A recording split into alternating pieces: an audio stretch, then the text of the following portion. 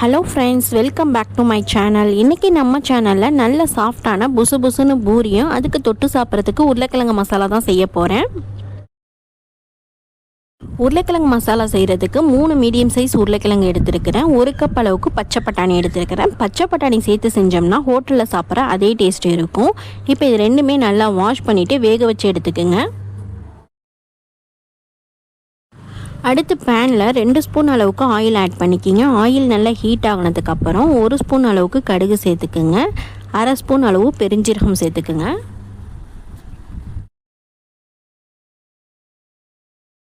கடுகு பெருஞ்சீரகம் பொரிஞ்சதுக்கப்புறம் 3 மீடியம் சைஸ் ஆனியன் கட் பண்ணி வச்சுருக்கேன். அதையும் இது கூட சேர்த்துக்கலாம்.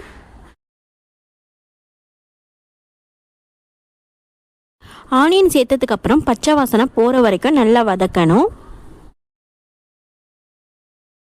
காரத்துக்கு பச்சை மிளகாய் ஆட் பண்ணிக்கிங்க. நான் 2 பச்சை மிளகாய் கட் பண்ணி வச்சுருக்கேன். அதையும் இது கூட சேர்த்துக்கிறேன். பச்சை மிளகாய் சேர்க்கும் போது முழுசாக சேர்க்கக்கூடாது, கட் பண்ணி தான் சேர்க்கணும். அப்போ தான் அதில் ஃப்ளேவர்ஸ் எல்லாமே மசாலாவில் இறங்கும். அடுத்து கொஞ்சமாக கருவேப்பிலை சேர்த்துக்குங்க. நிறைய பேர் என்னோடய வீடியோஸ் எல்லாமே பார்க்குறீங்க, ஆனால் சப்ஸ்கிரைப் பண்ணாமல் பார்க்குறீங்க. சப்ஸ்கிரைப் பண்ணிவிட்டு பார்த்தீங்கன்னா எனக்கும் கொஞ்சம் சப்போர்ட்டாக இருக்கும். நல்லா வதங்கினதுக்கு அப்புறம் 1/2 ஸ்பூன் அளவுக்கு மஞ்சள் தூள் சேர்த்துக்குங்க. இந்த பூரி மசாலா செய்கிறதுக்கு ரொம்பவே கம்மியான இன்க்ரீடியன்ட்ஸ் தான். வீட்டில் இருக்கிற பொருட்களை வச்சு நம்ம ஈஸியாக செஞ்சிடலாம்.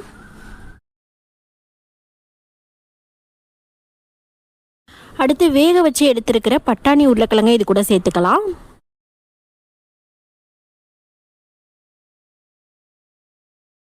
உருளைக்கிழங்கு நீங்கள் சேர்க்கும் போது கையால் மசிச்சுட்டு கூட நீங்கள் சேர்த்துக்கோங்க. நான் டைரெக்டாக ஆட் பண்ணியிருக்கிறேன்.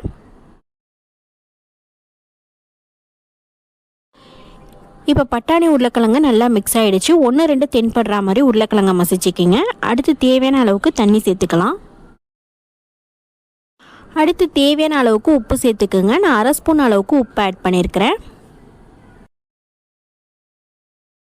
இந்த மசாலாவுக்கு நான் 1 கப் அளவுக்கு தான் தண்ணி சேர்த்துருக்கிறேன். பூரி மசாலா கொஞ்சம் கெட்டியாக தான் இருக்கணும்.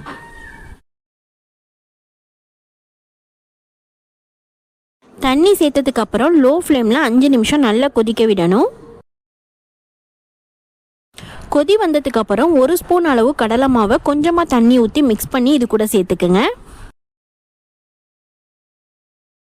கடலை மாவை டைரெக்டாக சேர்த்துடக்கூடாது, தண்ணியில் மிக்ஸ் பண்ணிட்டு தான் ஆட் பண்ணணும். கடலை மாவு சேர்த்து நல்லா மிக்ஸ் பண்ணி ஒரு 2 நிமிஷம் கொதிக்க விடுங்க. பச்சை வாசனை போனதுக்கப்புறம் ஸ்டவ் ஆஃப் பண்ணிவிடுங்க. நம்ம கடலை மாவு சேர்த்துருக்கிறதுனால மசாலா நல்லா கெட்டியாக இருக்கும். கடையில் வாங்கி சாப்பிட்ற அதே சுவையில் தான் இருக்கும் இந்த பூரி மசாலா. அடுத்து பூரிக்கு மாவு பிசைஞ்சிக்கலாம். பூரி மாவு ஊறணும்னு அவசியம் கிடையாது. பூரி செய்கிறதுக்கு 3 கப் அளவுக்கு கோதுமை மாவு எடுத்துருக்கிறேன். மாவு கூட 1 ஸ்பூன் அளவுக்கு ரவை ஆட் பண்ணிக்கிங்க. பூரிக்கு ரவா சேர்க்கறதுனால நல்ல ஒரு டேஸ்ட் கொடுக்கும். அடுத்து தேவையான அளவுக்கு உப்பு சேர்த்துக்குங்க. நான் 1 ஸ்பூன் அளவுக்கு உப்பு ஆட் பண்ணியிருக்கிறேன்.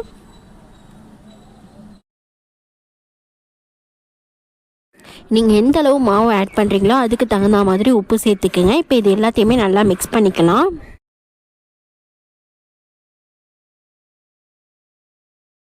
அடுத்து மாவுக்கு தேவையான அளவு தண்ணி சேர்த்துக்கலாம். தண்ணி அதிகமாக சேர்த்துடக்கூடாது, கொஞ்சம் கொஞ்சமாக தண்ணி ஊற்றி பிசைஞ்சிக்கிங்க. மாவு பிசைஞ்சதுக்கப்புறம் உங்களுக்கு எந்த சைஸில் பூரி வேணுமோ அதுக்கு தகுந்த மாதிரி உருண்டை போட்டுக்கோங்க. பூரிக்கு மாவு வளர்த்துறப்ப ஒட்டாமல் இருக்கிறதுக்கு ஆயில் சேர்க்கக்கூடாது, மாவு மட்டும்தான் சேர்த்து வளர்த்தணும்.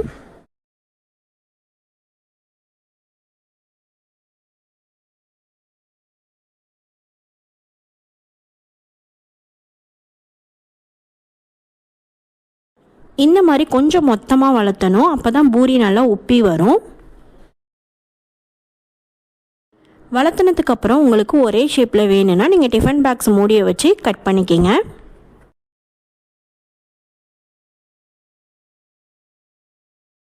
இதே மாதிரியே கோதுமை மாவு கொஞ்சம் கொஞ்சமாக தூவி மீதி இருக்கிற எல்லாத்தையுமே வளர்த்திக்கலாம்.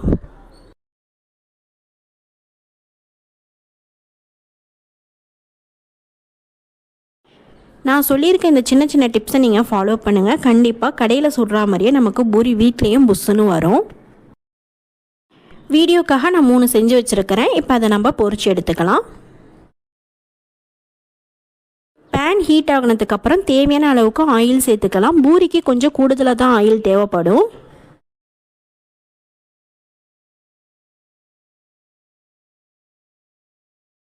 ஆயில் நல்லா ஹீட் ஆகணும். ஹீட் ஆகுதான்னு செக் பண்ணுறதுக்கு கொஞ்சமாக மாவு போட்டு பொரிச்சு பாருங்கள். லைட்டாக பபிள்ஸ் வந்துச்சுன்னா ஆயில் ஹீட் ஆகிடுச்சின்னு அர்த்தம்.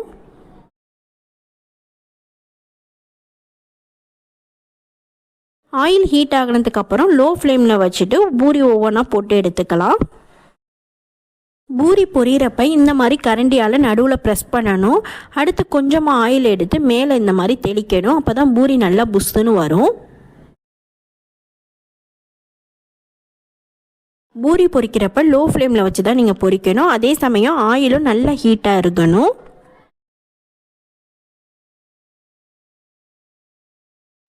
ரவா சேர்த்துருக்கிறதுனால மேலே நல்லா பொரிஞ்சு வரும். 2 சைடும் திருப்பி போட்டு பபிள்ஸ் போகிற வரைக்கும் நல்லா பொரிச்சு எடுத்துக்கோங்க.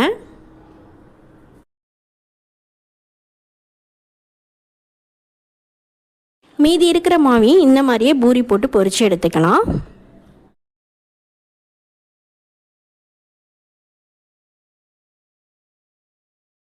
பூரி சுடுறது ரொம்பலாம் கஷ்டம்லாம் கிடையாது. நம்ம ஈஸியாகவே செஞ்சிடலாம். நான் சொன்ன டிப்ஸ் எல்லாத்தையுமே நீங்கள் ஃபாலோ பண்ணி பாருங்கள். கண்டிப்பாக இந்த ரெசிபி சூப்பராக வரும்.